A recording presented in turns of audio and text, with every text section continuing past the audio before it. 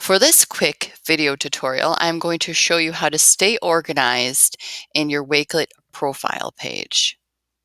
You'll notice that on my profile page, it's all separated by sections. So it's really easy to add a new section. I'll give you $1,000,000 if you can guess what green button to press. All right, I don't have $1,000,000, but you can just add a new section by clicking Add a New Section, titling the section, and click Add Section. If you don't like the title that you gave it, at any time you can go in and click that little pencil and you can edit that as well. When you have a public Wakelet collection, it will automatically go down towards the bottom here as uncategorized.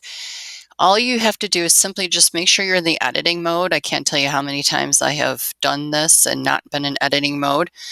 You just hover over and you can select your section to put your Wakelet currently in. So I'm going to move this up to Computer Science and click Move. So now my collection is under the section Computer Science.